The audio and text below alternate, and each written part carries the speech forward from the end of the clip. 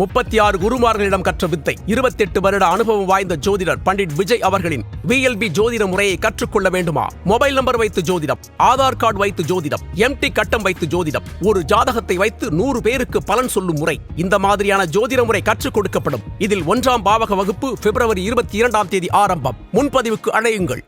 வணக்கம். வாழ்க வளமுடன், வாழ்க வளமுடன். அன்பர்களே, கோவையிலிருந்து நான் உங்கள் பண்டிட் விஜய். நிறையா ஜோதிடம் சார்ந்த சித்தாந்தங்களை பதிவிட்டு கொண்டு வருகிறோம். வித்தியாசமான பரிகாரங்களை சொல்லிட்டு வரோம். ஒரு ஆண் ஜாதகம், கடகத்தில் ராகு, மகரத்தில் கேது. இதில் என்னென்னு கேட்டிங்கன்னா, சூரியனுக்கு அந்த கேதுவுக்கு வெளியில் சூரியன் இருக்குது. ராகு எதுக்கு நேரம் கோடை போட்டாச்சுன்னா, கடகத்துலேருந்து மகரத்துக்கு நேராக கிராஸாக கோடை போட்டாச்சுன்னா சூரியன் வெளியே போயிடுது, கேது இந்த பக்கம் வந்துடுது. அப்போ அது ரெண்டு சேம் டிகிரியில் இருக்குது, எக்ஸாக்டாக இருக்குது. உத்திராட நட்சத்திரத்தில் இருக்குது. இந்த உத்திராட நட்சத்திரம் பார்த்திங்கன்னா விநாயகர் தலை பின்னமான நட்சத்திரம். பொதுவாக உத்திராட நட்சத்திரம் யாராக இருந்தாலும் கவனமாக இருக்கணும். தலையில் அடிபடும். நிறைய பேர் மண்டையில் மண்டை உடஞ்சி தலையில் ஸ்டிச்சிங் போட்டிருக்குன்னா ஐப்பசி மாதம் பிறந்தவங்களுக்கு நடக்கும். உத்திராட நட்சத்திரத்தில் இருந்தால் தலையை உடச்சி ஆப்ரேஷன் பண்ணுறது, அதே மாதிரி தலையில் அடிபடுறது, தலையில் ஸ்டிச் பண்ணுறது, மூளை சம்மந்தமான தொந்தரவு அவங்களுக்கு வரும். இவங்க ரெகுலராக விநாயகர் வழிபாடு வச்சுக்கிறது சிறப்பு. ஒரு பிரச்சனையும் அவங்களுக்கு வராது.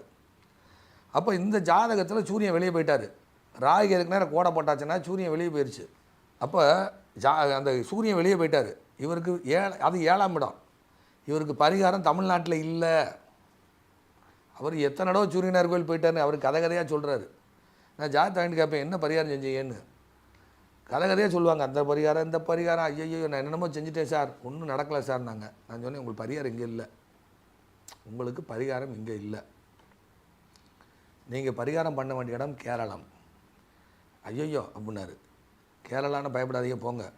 நான் எதுவும் செய்வனெல்லாம் செய்ய சொல்லலை, போங்க. நெகட்டிவ் பூஜைலாம் கிடையாது. கேரளாவில் இருஞ்சலக்குடா அப்படின்னு ஒரு ஊர் இருக்குது. இருஞ்சலக்குடா, இஞ்சன்னா போட்டுக்கோங்க, சலக்குடா, இருஞ்சலக்குடா அப்படிங்கிற ஊரில் கூடல் மாணிக்கம் கோயில்னு ஒரு கோயில் இருக்குது. கூடல் மாணிக்கம் கோயில். சூரியன் தான் மாணிக்கம். சூரியன் ராகு, சூரியன் கேதுலாம் மாணிக்கம்ங்கிற பேர் அங்கே வந்துடும். 7ஆம் இடம் தான் கூடும் இடம்னு அர்த்தம். மகரம் தான் கேரளம்னு அர்த்தம்.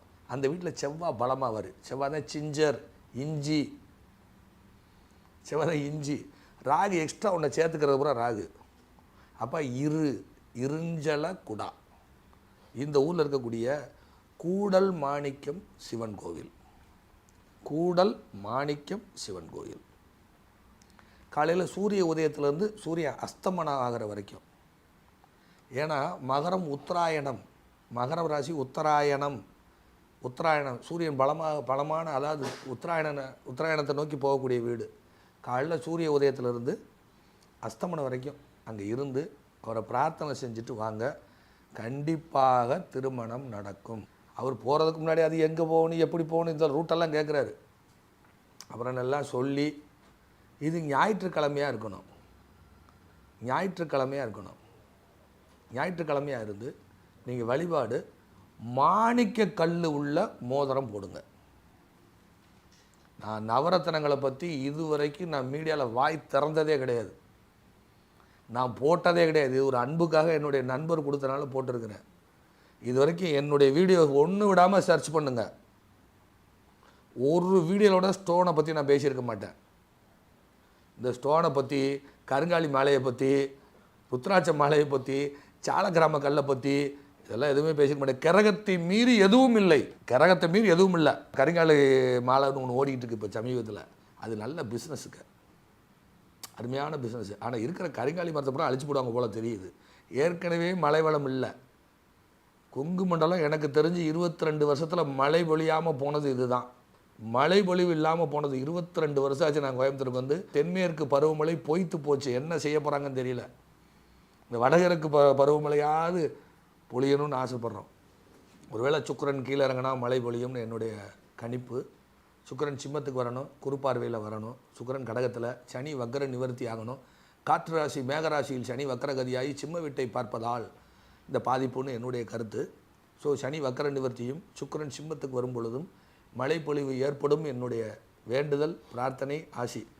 ஏன்னா கொங்கு செழித்தால் எங்கும் செழிக்கும்னு ஒரு நல்ல ஒரு பழமொழியை சொன்ன கொங்கு மண்ணே செழிப்பில்லாமல் போயிடக்கூடாதுங்கிறதுக்காக நான் வாழக்கூடிய கொங்கு மண்ணை நினச்சி நான் இறைவன்கிட்ட வேண்டிக்கிறேன். ஸோ அப்போ இவங்களுக்கு அந்த மாணிக்க கல் அவங்க போடுங்க அப்படின்னு சொல்லி கூடல் மாணிக்க சிவன் சன்னதியில் அந்த மாணிக்க கல்லை வச்சு பிரார்த்தனை செஞ்சு திருமணம் முடிகிற வரைக்கும் அந்த மாணிக்க கல் போட்டுக்கோங்க. திருமணம் முடித்த பிறகு அதை நீங்கள் எதாக்கா தானமாக கொடுத்துக்கலாம், இல்லை போட விருப்பம் இருந்தால் போட்டுக்கலாம்.